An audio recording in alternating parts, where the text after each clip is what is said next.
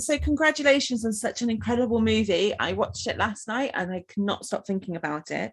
And what it deals with, so very, very much well done.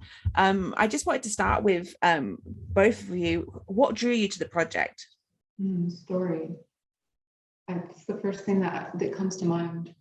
And it's been a commonality between the both of us, I've noticed. Because it's a question that people are like, oh, what, they always want to know what draws an actor to a role. Like, why this movie? Do you choose? Do you take what comes down the pipeline?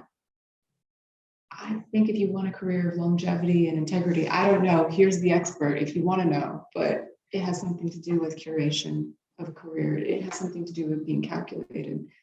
And both Alice and I, on common ground, really love stories. Especially, I was really impressed being on set and seeing that Alice had a binder. You had a binder where the arc of the story, she would have it broken down and she would be able to be, if we're going into a scene and how movies are shot, sometimes we shoot the beginning, sometimes we're shooting the end of the first day. It could be the middle of the film, who knows? But she goes and she has that place and she can go right into that emotion because she knows where we are. The elements of story, when you break them down and take away all of the frills and glitter, it's like chess. It's not like badminton. You really have core values of something magical, nearly metaphysical, that can alter the course of another person's life. And with that comes deep responsibility. And it is deeply attractive, I've noticed, to both of us in our answers, that we really love the essence of the most ancient practice known to man, storytelling. Wow. It was multiple things drew me to the project. The script, which is remarkably effortlessly layered, and gradually reveals itself, which is very interesting. And Charlotte, who wonderfully didn't require either of us to audition, just had the faith that because she felt it, that we would be able to come to the role. And the arc of discovery that Veronica goes on. And also the fact that there is hope at the end of the movie, that life has become possible again. And I differ from you. I've been doing this for a very, very long time before both of you were born. And I take the work that I'm offered. The only scripts that I say no to are the ones that are very violent. And sadly, in the course of 40 years of working, there are more and more and more and more of those. I worked on a film called Silent Hill, and to my actual enormous distress, the deeper we got into it, the more violent it became, and the way the imagery was realized. And I realized doing the press interview for it that when I had started, violence generally happened off screen. And now it was so in your face that it doesn't surprise me that there is so much gun violence in America where guns are accessible. It's the daily consumption. But I have never had the luxury of curating my career. But I suppose that was a choice I made. But I know that whatever the piece of work I am given and do, I learn from. I've never walked away from a piece of work in which I haven't understood something about myself, about being alive, about other people, about the process. And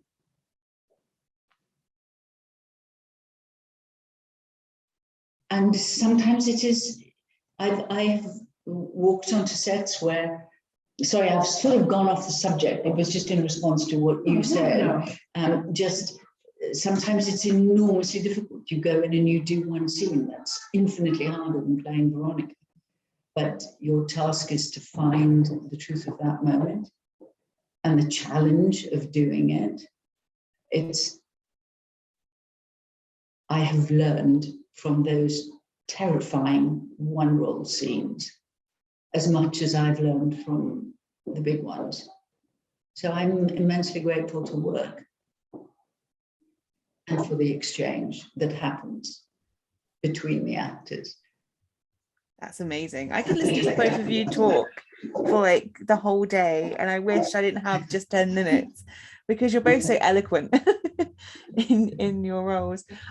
This film for me, I kind of left it, and there's so many different themes going on with women and male violence and the Me Too era being classed as witch trials and the original witch trials, and then there's Mother Nature and Earth and how women bodies interact with Mother Nature and Earth. And I just wondered if you could touch upon building that aspect of the film, because obviously both characters deal with violence and the Earth in the sense that Veronica accepts it, whereas Desi kind of is a bit more scared of it when it comes into their lodge. And I just wanted to talk about your experiences with those themes.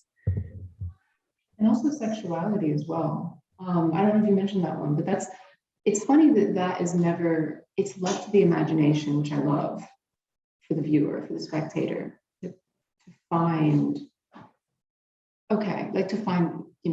a solidarity or a peace with that, which is just the inquisitive nature of filmmaking. That there's this attraction that Desi has to a woman who is on the ground, and it's mutual. And we see this kind of like hinted at. So all of this kind of hinting at the essence of the wild woman, and not wild in the sense of, feral, but wild in the sense of free, the free woman. And all of these themes really created a beautiful concoction that allowed us to grow as individuals and on set in our characters. All of these themes, from pervasive misogyny to, nature, to everything that you mentioned, it was like this. It was like, this is the cauldron and we're the witches and we're stirring the pot. And, and in so doing that, I say it with a lightness, but there's a deep responsibility that comes with that as well. With so many themes that are playing around. There's also the theme of, I come from, Desi is an inner city nurse. Desi has never had silver china. You know what I mean? She doesn't come from the silver spoon, so to speak. And Veronica comes from a completely different part of town, like a different side of life, something that Desi would never know. Sometimes we even have to, hold space for characters, aspects of characters that we're not comfortable with, or that we maybe cannot identify with whatsoever. I mean, Alice has played a villain. I've played a villain. Are we villainous? But our villains are just one-dimensional. You know what I mean? Have you ever listened to a villain speech and it starts to make sense? It's like, yeah, we have, as an actor, our job, our task, there are many, but it's to hold space for the communities that are at times even difficult to find ourselves in those communities. So there's also the element, and to hold space for storytelling, the element of black and white and the socioeconomic dichotomy that exists between us. We have some pop-ups that are coming up onto the screen, but there were so many interesting themes to wrap one's head around and heart around. For you to say that you feel you can't stop thinking about the film, we're like, I could die now. Like that's the highest compliment to receive. It means that we did our job. It means that we held space for something that is so incredibly sacred. Yeah, absolutely. I'm so glad you resonated with Charlotte's exploration of the cosmos and nature. I mean, I have never seen a film that spent so much time looking at trees. And I have a profound love of trees. Yes, just the way that she drew down the cosmos and made it so clear that we are part of something vast, that we are these tiny figures in dimensions that most of us blank all the time because they are too mysterious, they are too unknown, they're too unsettling. Most people who live in cities don't even see the stars at night. I live in a dark sky village, and I am bereft when I can't see them. But even if I can't see them, I can feel them. And it's just wonderful to have that opened up in a film. And I'm so grateful that you resonated with it, because if you did, then other people may as well. Absolutely. And it's funny you mentioned the starlight, because even the mud looks like it's glowing with stardust when she like interacts with it, and it remains on her fingers. And there's that kind of interesting point that we're made from stardust, but also you've got the charcoal that's rumored to be the burnt witches from years ago. And it's just that kind of that kind of rural and like, I know I keep banging on about women, but that rural nature of women, like Veronica's changed body and the mud, and how it kind of awakens her own power to like confront her like trauma. And then she passes kind of that power on to Desi, who's frightened at first, but then like drives away in this emotional kind of like acceptance of it. We have different responses to stress and trauma. We can play victim or we can play victorious, and I do believe that it's a choice. And once fire catches him to one dress, it's by far the stronger chances that it's going to catch fire to the other dress that's next to it, so the more it's an infectious kind of contagious thing. You're onto it. You're right. Absolutely. Yeah. As I said, I could talk to you guys all day, and I've just got chills because that was a really amazing conversation. And I'm just like, oh God, I wish I could sit here all day, but unfortunately that's my time. So wonderful. You were so lovely. Yes. Oh, thank you so much. You really did get it. Yes, thank you. I love her. Oh, I love you guys too. Thank you so much, and good luck. I really can't wait for everyone to see this film. I really hope it connects with people as much as it connected with me. Thank you. Take care. Bye. Thank you so much. Bye-bye.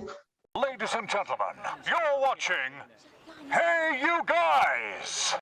Hey You Guys, huh? Hey, you guys. Is that from the Goonies? It is indeed, yeah. Nice. Hey,